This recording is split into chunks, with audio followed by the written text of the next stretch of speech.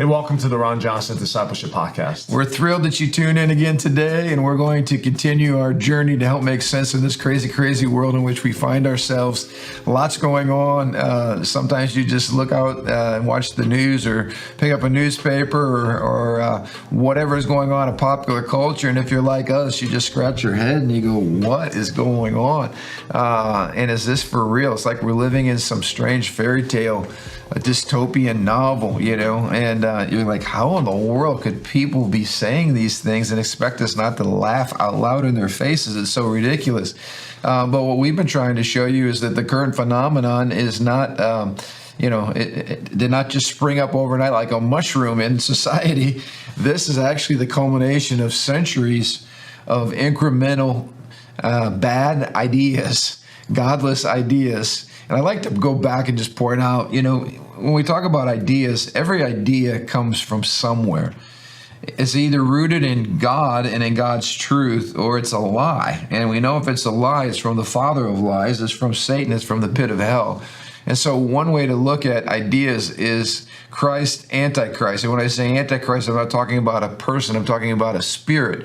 The spirit of Antichrist. It's Antichrist ideas that go against the revealed truth in God's word. And every time we stray away from truth and from Christ, we end up in the Antichrist camp. And the Antichrist camp always leads to tyranny and oppression and exploitation and pain and suffering. And that's not a good place to go. So we want to stay in a Christian worldview. We want to make sure our thoughts, and I was challenging our church a few weeks back on this whole abortion issue about just how foggy our thinking and how soft we become in the body of Christ as it relates to critical thinking about really, really important issues like the sanctity of life. We have to think clearly. We have to be rooted in truth. We have to know God, because to the degree that the church strays from the truth that we've been given, we end up in really, really bad places. We become impotent. We become irrelevant. We ourselves become a godless representation of the church, of Jesus Christ, and that's a scary place to be. You think about like this building that we're in, this church building we're in, it's founded on foundations. It's founded infrastructure and foundations. You look at a nation, you look at the governmental structure, you look at the Constitution, so what is a nation made of? Is made of ideas and philosophies, right? So you have to consider when you're building worlds, you're building culture, you have to understand what is the foundational pieces to that culture, to what you're building, and what are the philosophical underpinnings that determines what it is. And this is the battle we're in right now, and we have this. We feel like we have the solution. The Bible's given us a solution to build an awesome world, awesome nations. So that's why we do this podcast. I am so committed, and I don't mean this in an arrogant way, but to the superiority of the Christian worldview. In other words, we got to examine truth. We have to look for what makes sense, what fits the world around us, what produces the best fruit. And unashamedly, we should be saying it's God, and it's the ideas that come from the mind of God that lead to the greatest blessing on planet Earth. And so that's what we're committed to on this podcast. Last week we talked about a scoundrel, Karl Marx, whose wickedness, whose godlessness, whose wicked ideology has led to actually, here's a man that was seeking to help those who were in his mind exploited, and yet his own ideology has led to the deaths of over 100 million people, and now is coming like poison, the neo-Marxism coming like a poison across America today, dividing us into groups, causing us to be at odds with one another, fomenting, jealousy and covetousness and everything else, the haves, the have-nots, all this kind of talk that's going on in America today. You hear the echoes of Marxist thinking and Marxist ideas behind it all.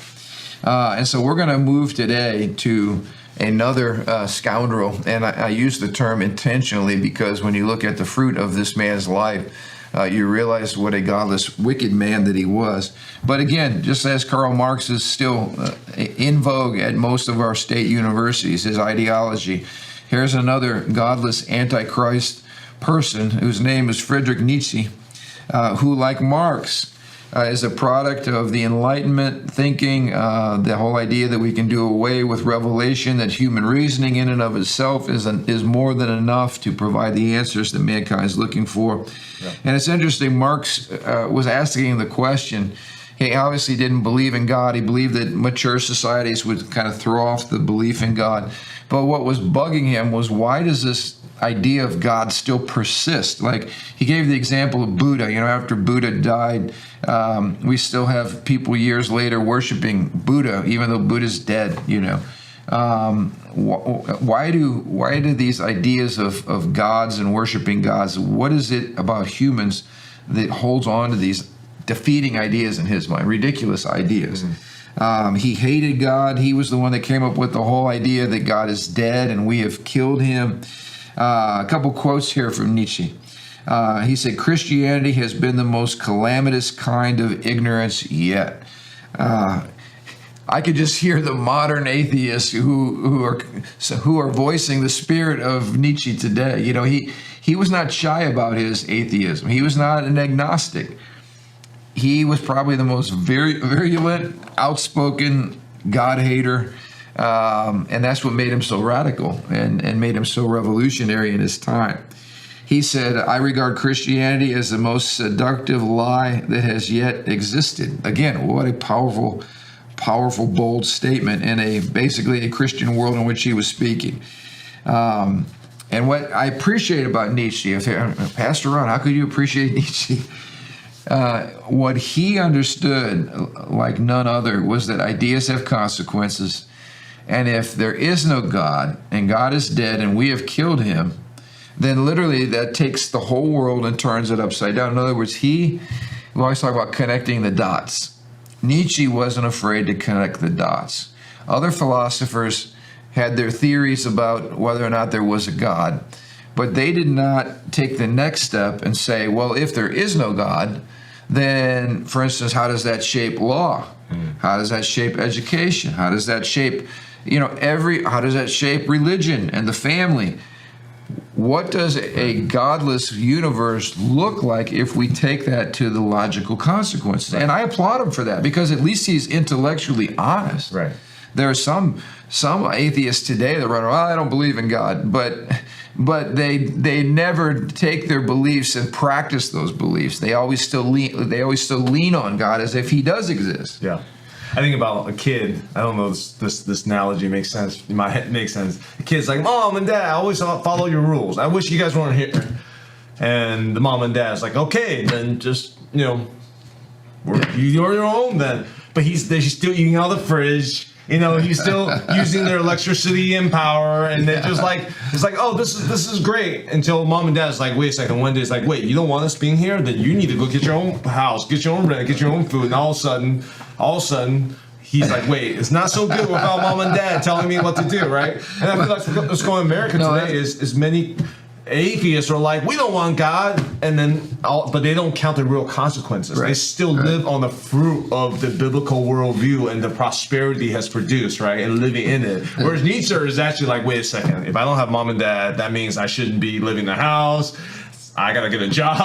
I have to, And I think your illustration is incredible. I have had times, for instance, when my kids were, we're having a discussion about something, and I was trying to provide some boundaries, and they were maybe pushing back a little bit, and then I would say something like this: well, you know what, I've really only got one more year with you, and then you're going to be an adult. You're going to be leaving the house, and you're going to be having to make these decisions by yourself, because I'm not going to be around, and you're going to have to figure out what your calling is on life. You're going to have to pay the bills. You're going to have to find a place to live. And all of a sudden, they realize that I'm not here trying to ruin their life. Yeah. I'm here trying to shape their lives. Yeah. And they move from seeing me as an enemy to seeing me as an advocate. Yeah. But it's the same way. Okay, it's convenient to say, hey, we're living here on this amazing planet with all this incredible things like gravity, water, sunlight, food, sunlight. You know, wow, look at those mountains. Those are cool. Look at that beautiful river. Look at the flowers, you know. But now all of a sudden you go, well, all this just happened by accident. There is no God. And so let's talk about, so if there is no God, let's get real practical, you know. What does that mean about reality? Well, for starters, it means life has no meaning. Yeah. Well, why am I here? And life has no meaning. So violence has no meaning. Yeah, atrocity has no human meaning. nature has no meaning. Sanctity of life. Sanctity of life. Pain has no meaning, right?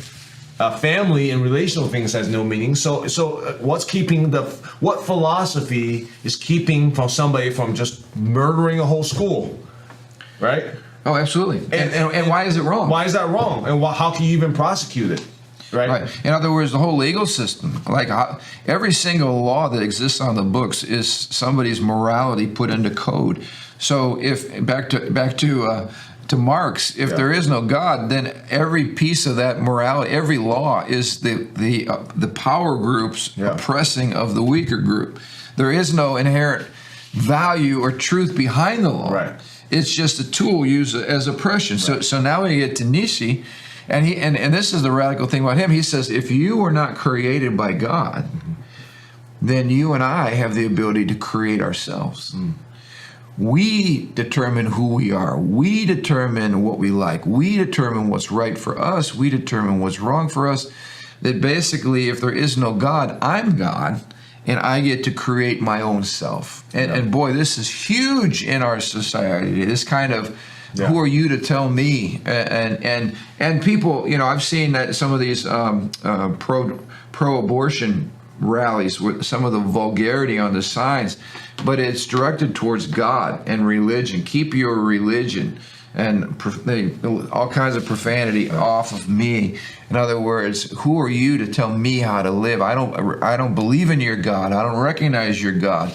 Therefore, I can do whatever I want with my body. My body is my body. Yeah. And you see all of this godless kind of thing. Yeah, I mean, I just think practically, I want to ask the viewers or listeners, would you like to live as a neighbor to somebody who has a God complex? Would that make you feel safe at night? Would that make you feel safe about your house and your kids running around? Right. I mean, these are very practical things. Right now, even if your neighbor is not Christian or they're atheists, there's still underpinnings of morality by the infrastructure layout from Western Civ. That's going to keep people in order in general. But there are many places that's falling apart. A lot of our cities are falling apart in corruption and crime, and you're wondering why. Okay, so we look at law.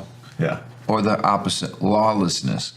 Lawlessness is describing what's going on in many of our urban areas, where life is cheap, where we've denigrated law enforcement, where we encourage self-expression, high corruption, godlessness. I mean, it's a perfect stew for just bloodshed and violence.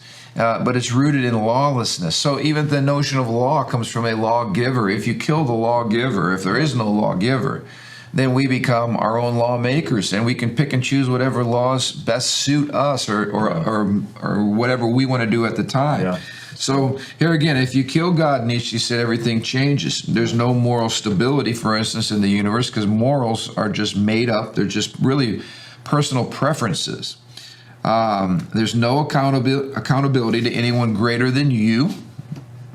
We're free from all external constraints.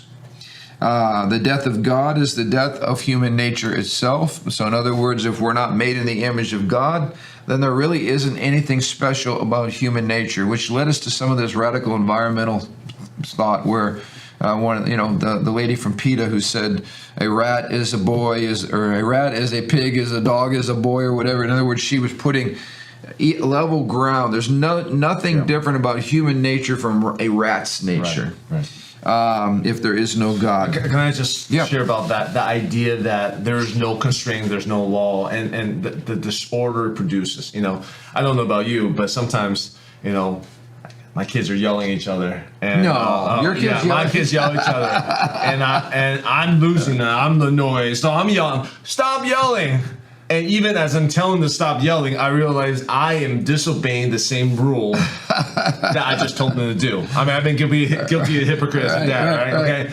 But in those cases, what am I doing? Am I saying, hey, the rule only applies to you and not to dad? Or do I say, you know what, I shouldn't yell either? Because there's a higher rule. There's a higher standard for our family. And I am not above the rule. I am constrained under the rule, right? So you can't scream at your kids while you teach them not to scream at each other. Right. Stop beating you stop hitting people while I'm punching people. It's like, but the point is that's important to our society, because now you have, if you take away all constraints, basically any rule is simply my oppression over you, right? And I myself is not subjected to the rules. You have utmost all kind of corruptions that you see in our government today. Probably most likely in our federal government. Rules over you. For me, you guys got to be quarantined. You guys can't do all that stuff. But for me, I'm on a different level. I can go hang out. I can go whatever places I want. And that's the society we're building right now.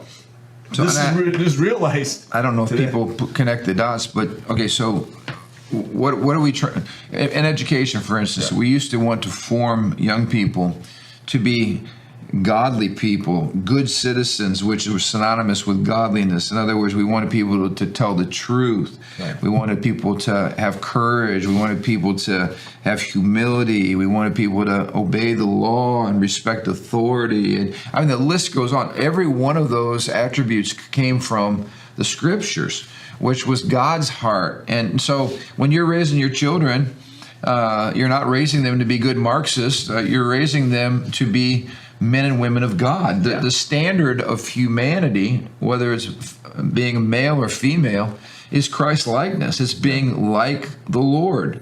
So all of our laws have to coalesce in righteousness and truth. And if there is no God, there is no standard. And if there is no standard, then who's ever in power, we get back to Marx from last week, who's ever in power makes the laws, and those laws serve you. Yeah. And so for Nietzsche, if there is no God, then the greatest attribute was the will to power. In other words, you should be looking to lead, control, and dominate with your life. And look what's communicated to my kids. If they see me yelling at them saying, you should not yell, okay? I'm communicating to my kids that really it's all about dad being charged. It's about dad's whim, whatever I want. It's a power I'm manipulating and controlling them. As opposed to say, hey, these are rules of our family because it's for your good. These are God's rules. And I myself is going to lead you to conform to them. But the other philosophy of just manipulation will destroy my kids. They will look at rules and laws and they'll just be like, who cares? Right. Who said? Why do I need to obey that law? And then it causes a dissociation of our relationships and all kind of. I mean, just even those little things matter because you're communicating something powerfully to the people around you. Yeah, and what Marx and Nietzsche have in common is simply the idea that morality is simply what the group currently in power uses to control and exploit the group. It's so dangerous when you think that. Yeah. So again, when we say this behavior is wrong, or this, whether it's transgenderism, this is immoral. Now we're viewed as superimposing our views instead of the fact that no, we're just simply stating God's views on this issue. And then we're, who are you to shove we reject your God. We get into all these kinds of public arguments today. Yeah. Nietzsche hated Christianity because Christianity, in his mind, was the reason that we had weakness in the world. He saw Christians as being kind of the slave group, the group that people exploited. The sheep, yes. They get herded around. All these examples, Jesus comes and he says no. He turns the world upside down. If you want to be first, be the last. If you want to be the greatest, right, be the servant of all. Care for the widow, care for the oppressed, the least of these. Yeah. All that Jesus stood for, he said Jesus was simply making virtues out of those things so that the weak could actually overthrow the powerful.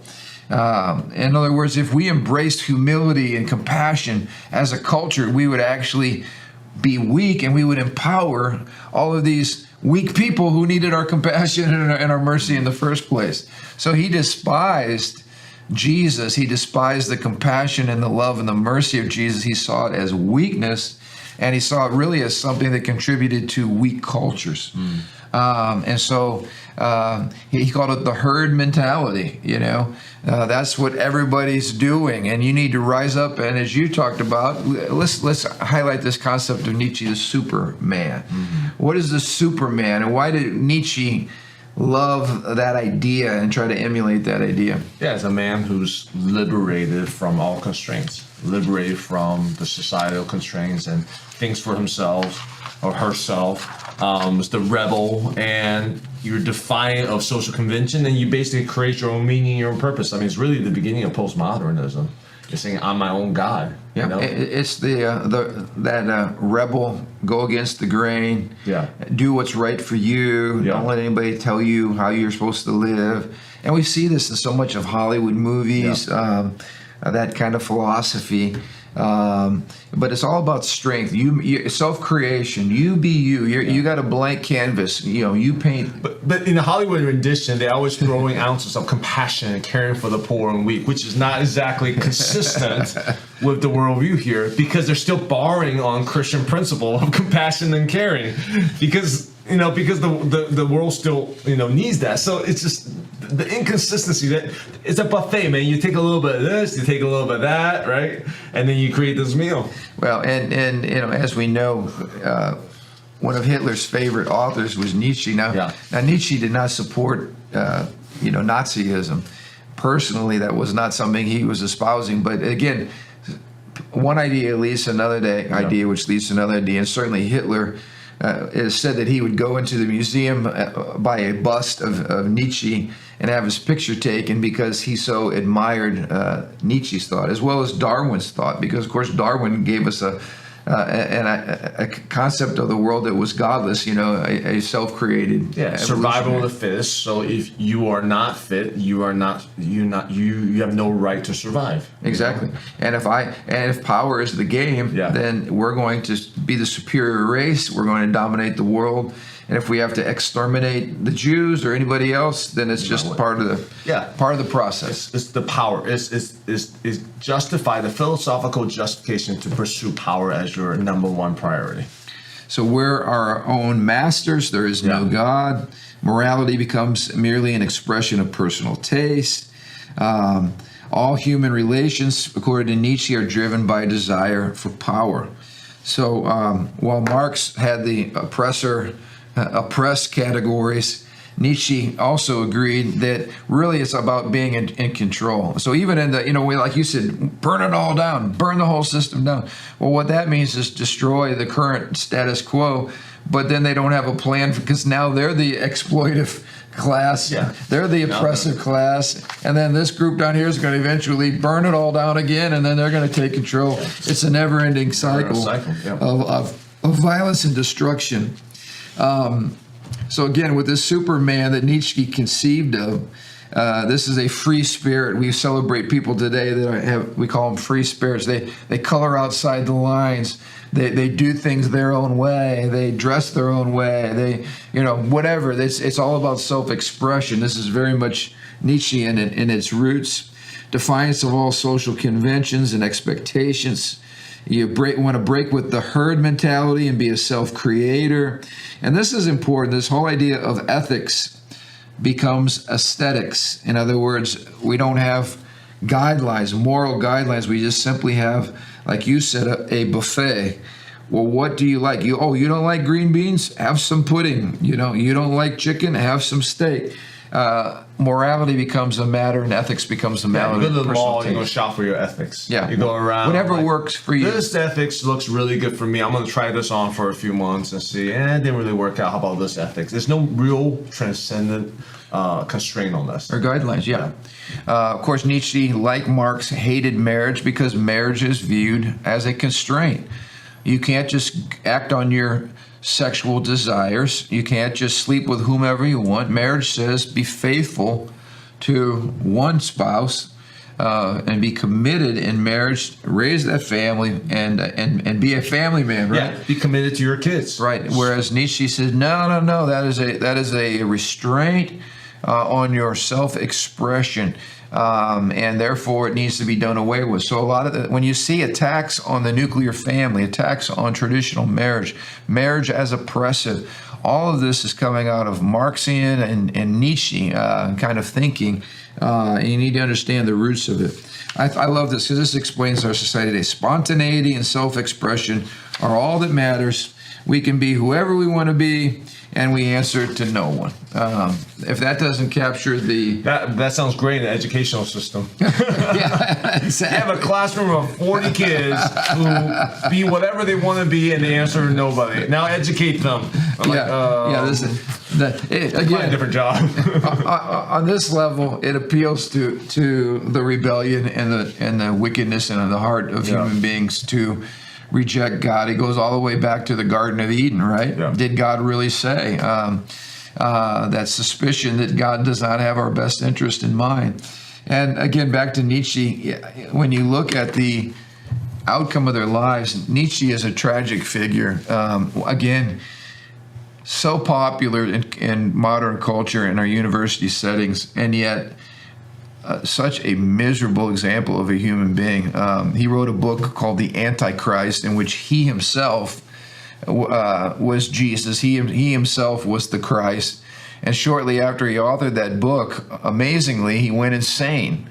And he spent about the last decade of his life completely out of touch with reality. And his sister would sell tickets because he was like a show. People would come and watch him act out because he was literally crazy and out of his mind and demonized. And she would sell tickets to raise money. Now, this is a man, again, whose ideas are taken very seriously in many of our university settings today. His ideology is certainly part of the air that we breathe today. Yeah. And again, look at the outcome of these people's lives. He was a scoundrel of a person. He lived a wicked life.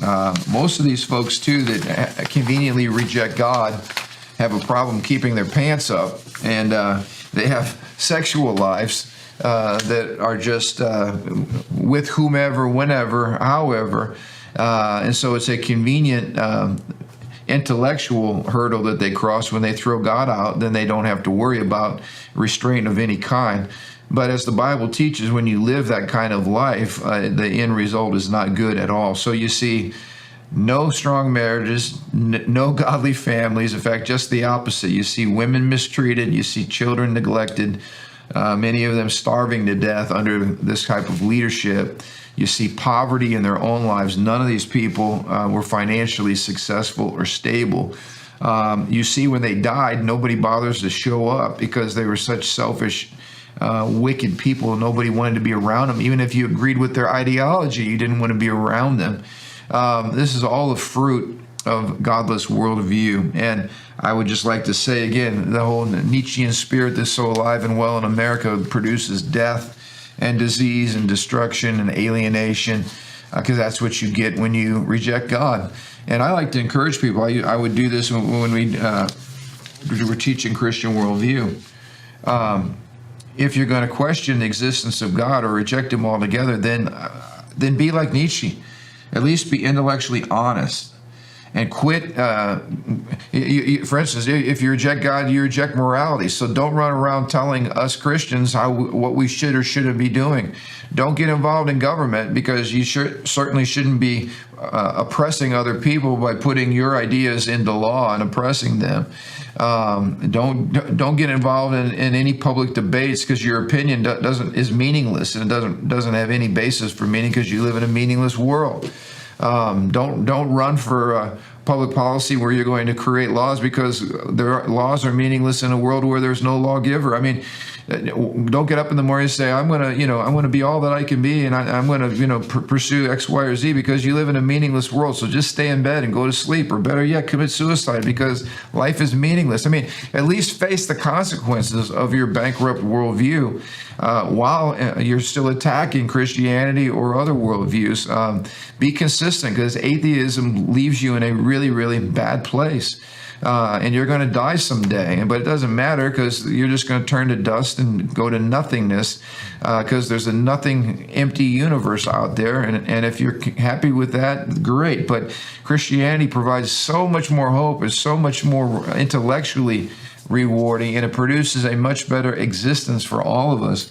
And that's the message that we're trying to spread far and wide on this podcast.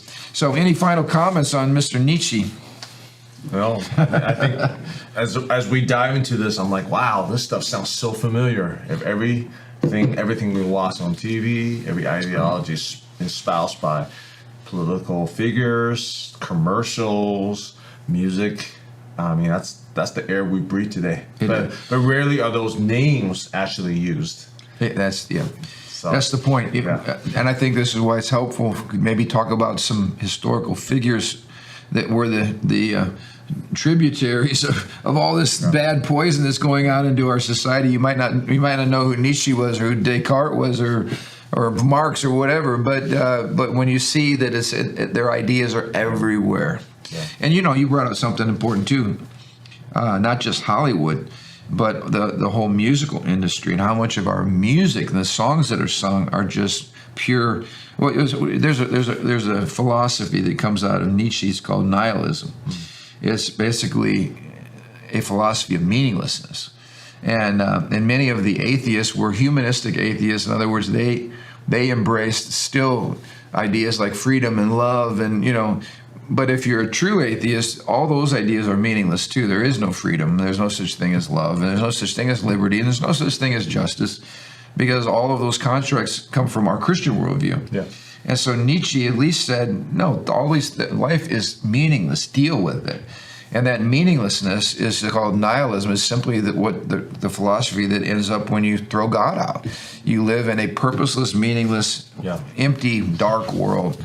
And logically, I don't mean to say this lightly, but logically, the end result of that philosophy is, why am I alive and what does it matter? And then you find people are committing suicide by incredible higher rates now. Or taking other people with them as they go. Yeah, just acts of violence, like you said. Let's just go destroy as many people as we can before someone kills me. I mean, it's just wicked evil, but it comes out of a godless worldview that gives people no hope. So, again, let's dive in. I would encourage every Christian watching this, spend the rest of your life building and understanding your Christian worldview, because it's going to provide you with a framework for living the best life possible. And I think what gives me excitement, I'm not depressed by any of this, what gives me excitement is this framework's helped me understand the vacuum for the Christian worldview to fill. We're not swinging pendulum to the one side or the other. Right. There is I won't even call it the middle. I would call it a completely transcendent level that appeals to the needs for compassion, the needs for meaning, the needs to help the poor, the needs to relationship for those who are gifted and prosperous to live in a meaningful way. It answers all the questions. All these issues here is answered in the Christian worldview, and we need that. I think many times people go to church, but they don't talk about these deeper things, right? They don't talk about how the biblical worldview provides the most satisfying life, the most meaningful, fruitful life, enriches society. And that's why we as Christians are steward of this great blessing. We have to take it to the world. Amen. Well said. Yeah. So, hey, let's trumpet the good news. Part of the good news is Jesus Christ is alive and well. He's our Savior and King. God is alive and well. He's on his throne. He loves us. He's revealed truth to us. He speaks. He communicates. He shows us that we're not here alone, and he points the way to living the most blessed life possible. Yeah. The thief comes to steal, kill, and destroy, but Jesus said, I have come to give you life and life more abundantly. That's the good news of the gospel. So let's be faithful and sharing that everywhere we can this week. We look forward to being together with you next Thursday. Until then, have an amazing week trumpeting the good news of Jesus Christ.